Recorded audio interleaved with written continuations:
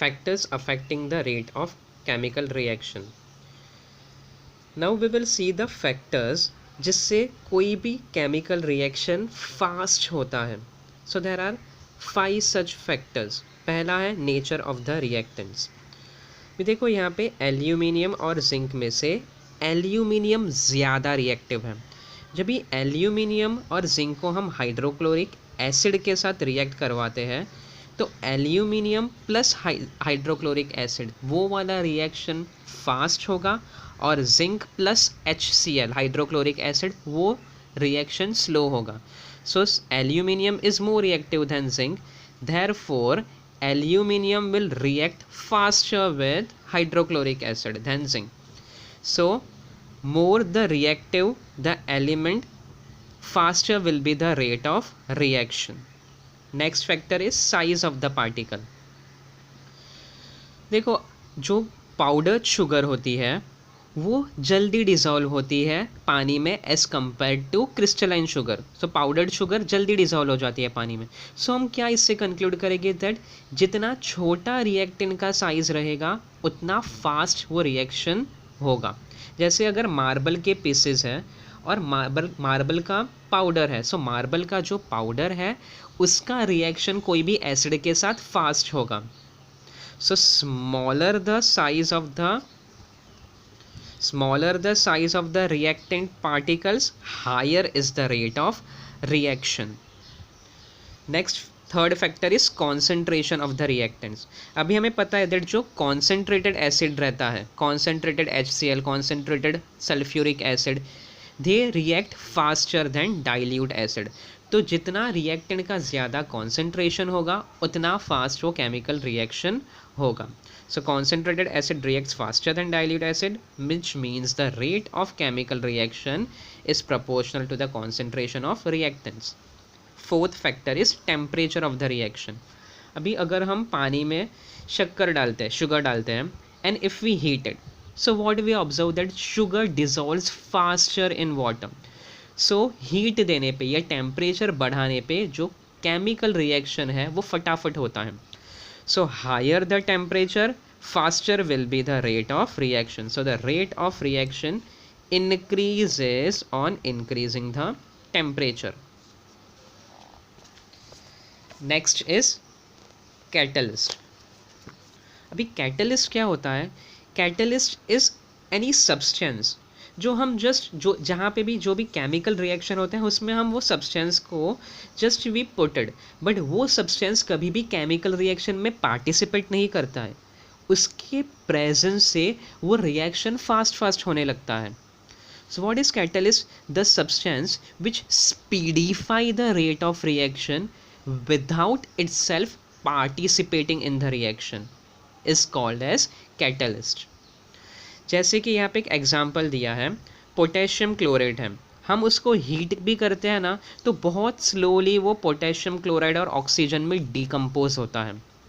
But अगर potassium chloride में हम थोड़ा सा मैंगनीज डाइऑक्साइड जो कैटलिस्ट है ये ऐड करता है तो ये फटाफट पोटेशियम क्लोराइड और ऑक्सीजन में स्प्लिट हो जाता है. So manganese dioxide is a catalyst. It speedify the decomposition of potassium chlorate. Next is oxidation and reduction. Oxidation and reduction क्या होता है? Oxidation means gain of oxygen या loss of hydrogen. So देखो जब भी मैग्नीशियम ऑक्सीजन के साथ react करता है सो मैग्नीशियम ऑक्सीजन के साथ कंबाइन होके बनाता है मैग्नीशियम ऑक्साइड. तो ये जो है ये ऑक्सीडेशन रिएक्शन है, इसमें ऑक्सीजन एड ऑन हो रहा है. Similarly carbon plus oxygen, carbon oxygen के साथ कंबाइन होके कार्बन डाइऑक्साइड बना रहा है. सो ऑक्सीजन यहाँ पे गेन हो रहा है, so it is an oxidation reaction. Magnesium hydride अगर हम इसको हीट करते हैं so it will form magnesium plus hydrogen. So आप देख रहे हो दैट यहाँ पे हाइड्रोजन जो है वो मैग्नीशियम से रिमूव लॉस हो गया है. सो यहाँ पे इसको हम बोलेंगे magnesium hydride arrow, magnesium plus hydrogen को oxidation reaction. Loss of hydrogen is also oxidation reaction. या फिर थर्ड पॉइंट था दैट लॉस ऑफ इलेक्ट्रॉन्स. अभी देखो यहाँ पे iron plus sulphur it forms iron sulphide. अभी ये जो आयरन सल्फाइड का बॉन्ड है, इसमें iron loses electrons and sulphur gains electrons. So since iron loses electrons, so we say that iron जो है वो ऑक्सीडाइज्ड हो गया. Iron undergoes oxidation. रिडक्शन इसका पूरा ऑपोजिट है. Reduction means loss of oxygen, जिसमें से ऑक्सीजन निकल जाता है उसको हम रिडक्शन बोलते हैं, या जिसमें हाइड्रोजन गेन होता है, that is also called as reduction. या अगर इलेक्ट्रॉन्स गेन हो रहा है कोई भी रिएक्शन में, सो उसको भी हम रिडक्शन बोलेंगे. सो यहाँ पे जैसे आयरन सल्फाइड में sulphur is gaining electrons, so sulphur is reduced, it undergoes reduction. अभी हम देखते हैं रिडॉक्स रिएक्शन.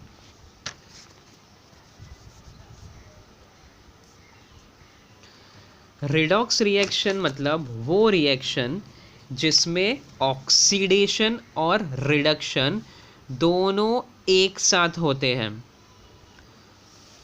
सो जैसे यहाँ पे कॉपर ऑक्साइड है, कॉपर ऑक्साइड में जब भी हम हाइड्रोजन गैस पास करते हैं, so it forms copper and water.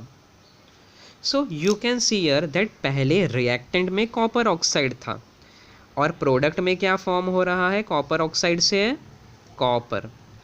आप देखोगे दैट कॉपर ऑक्साइड से ऑक्सीजन निकल गया है, लॉस ऑफ ऑक्सीजन, मतलब कॉपर ऑक्साइड का क्या हो गया, reduction, loss of oxygen, reduction.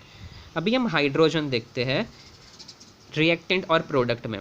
यहाँ पे हमने देखा दैट रिएक्टेंट में खाली हाइड्रोजन है और प्रोडक्ट में हाइड्रोजन के साथ ऑक्सीजन है, मतलब हाइड्रोजन ने ऑक्सीजन गेन कर लिया है. सो हाइड्रोजन का क्या हो गया यहाँ पे, ऑक्सीडेशन. सो यहाँ पे ऑक्सीडेशन, एक रिएक्टेंट का रिडक्शन हो रहा है, दूसरे रिएक्टेंट का ऑक्सीडेशन हो रहा है. सो ऑक्सीडेशन एंड रिडक्शन साथ में हो रहा है, इसके लिए हम ये रिएक्शन को बोलेंगे रिडॉक्स रिएक्शन.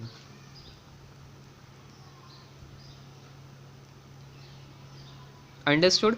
और जो भी ऑक्सीडेशन और रिडक्शन वो हमेशा रिएक्टेंट का होता है. ये रिएक्शन में हम बोलेंगे that copper sulphate is oxidised to copper as and hydrogen copper oxide is reduced to copper and hydrogen is oxidised to water.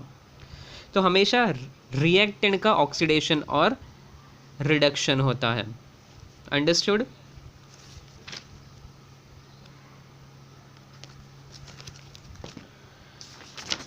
Next is corrosion. Corrosion means decaying of the metal articles due to atmospheric gases. हम ये वाले part में chemical reaction में we will study the corrosion of iron. अभी iron के corrosion को हम rusting बोलते हैं. अभी आयरन को रस्ट होने के लिए दो कंपाउंड्स जो या दो एलिमेंट्स, दो कंपाउंड्स दे आर रिस्पॉन्सिबल. पहला है उसमें ऑक्सीजन और दूसरा है वाटर. जब भी ऑक्सीजन और वाटर दोनों रहेंगे तो ही आयरन का करोजन होता है, वरना iron will not be corroded.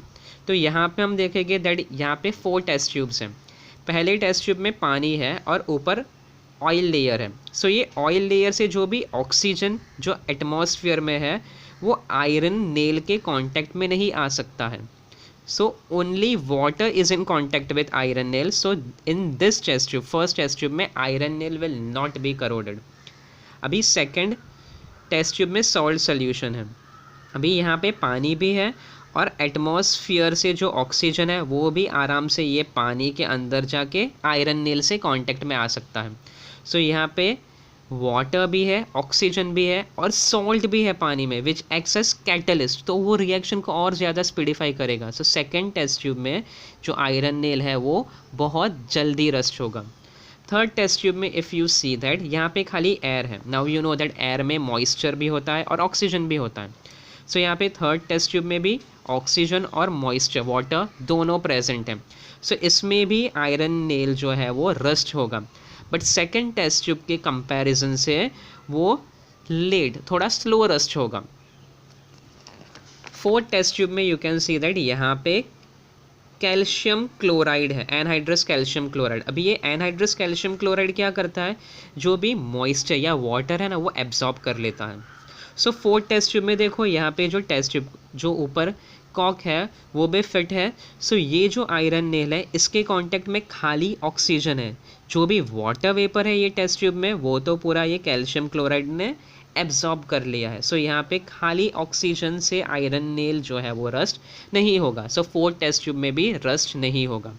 So first and fourth test tube में रस्टिंग नहीं होगा, second and third test tube में iron nail will be rusted. और जो ये रस्टिंग ऑफ आयरन है वो एक इलेक्ट्रोकेमिकल प्रोसेस है।